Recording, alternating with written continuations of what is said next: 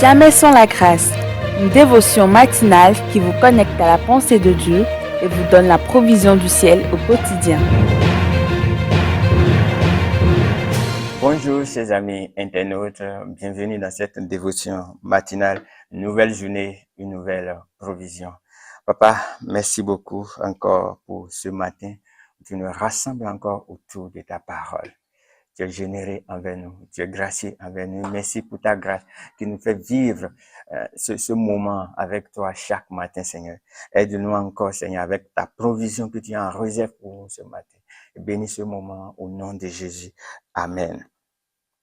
Chers internautes, hier nous avons lu un passage dans 1 Chronique 13 qui nous a parlé de l'arche de l'Éternel qui a été déplacé et nous avons parlé aussi de Uza. Ce matin, j'aimerais qu'on relise encore le même chapitre, mais le verset 10. Il dit ceci. 1 Chronique 13, le verset 10. La colère de l'Éternel s'enflamma contre Uza. Et l'Éternel le frappa parce qu'il avait étendu la main sur l'arche. Uza mourut là, devant Dieu. Que Dieu bénisse sa parole.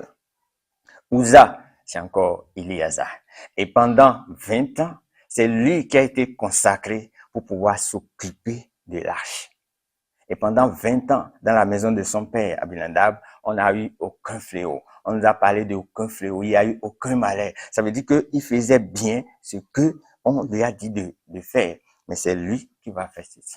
Et nous avons dit, ça peut amener beaucoup de questions. Beaucoup de questions. Il a été consacré. Ça veut dire que on lui a tout dit. On lui a remis ce qu'il doit. On lui a dit tout ce qu'il devait connaître.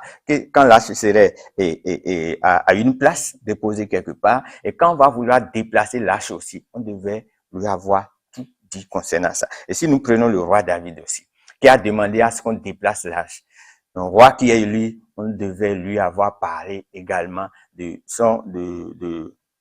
comment il doit considérer les choses de Dieu, ce qu'il doit faire, les décisions qu'il doit prendre chaque fois que on doit faire quelque chose au niveau et à l'endroit de Dieu, les dispositions qui sont prises et qui sont prévues, il devait tout connaître ça. Il y a les anciens aussi, mais tous ceux-là, ils n'ont rien dit. Et ils vont mettre maintenant l'arche sur un chariot fait en bois et ils vont atteler 2 vaches qui vont déplacer ça. Ce n'est pas comme ça que Dieu avait prévu que l'arche soit déplacée. Non, non, non. C'est pas comme ça. Donc, ils sont allés faire autre chose. Mais Uza n'est pas allé chercher, n'est pas allé fouiller ou demander conseil de comment il le faire. Et voilà, ici, il pose sa main sur l'arche et c'est la mort qui le prend.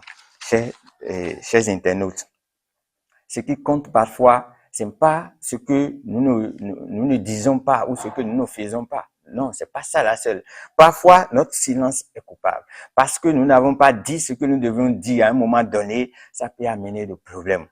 Ça peut faire que d'autres vont vivre dans le malheur ou dans des difficultés. Parce que nous n'avons pas fait ce que nous devons faire. On peut se dire, non, moi je suis tranquille, je n'ai rien dit, je n'ai rien fait. Mais ton silence aussi peut être coupable. C'est ce qui s'est passé également. Mais on a vu que tous ceux-là étaient là et pourtant, ils vont déplacer l'arche sur un chariot devant les vaches devant et le problème est arrivé. Ce modèle, peut-être ils l'ont vu chez les Philistins. C'est les Philistins qui ont déposé l'arche sur un char pour la renvoyer vers Jérusalem. Mais eux, ils n'avaient pas l'instruction de comment on devait traiter l'arche. Donc, eux, ils n'avaient pas. Mais c'est ce que Uza va faire ici. Donc, ils sont allés copier le modèle des Philistins. Juste 20 ans après, ils ont déjà oublié comment on devait faire. 20 ans après, ils ont déjà oublié comment on devait faire. Chers amis, chers internautes, c'est important de savoir ça. Parfois, ce qu'on t'a transmis, ce que tu as reçu fidèlement, comment est-ce que tu le transmets aussi à d'autres? Ou ce qu'on t'a transmis, comment est-ce que tu vis ça? Ça, c'est important. Pour cette journée, est-ce que tu vas décider de vivre selon ce que tu as reçu fidèlement de Dieu?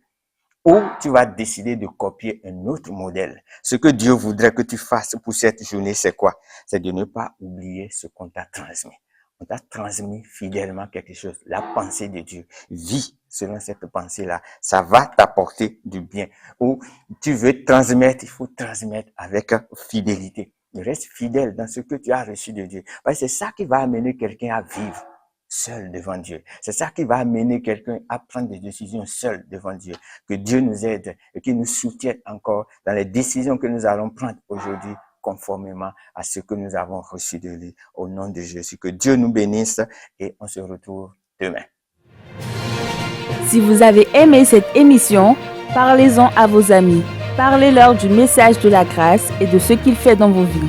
Pour un sujet de prière, une question ou pour devenir partenaire, contactez-nous au 00229 94 75 80 20. Que Dieu vous bénisse et à la prochaine. En attendant, pensez avec Dieu.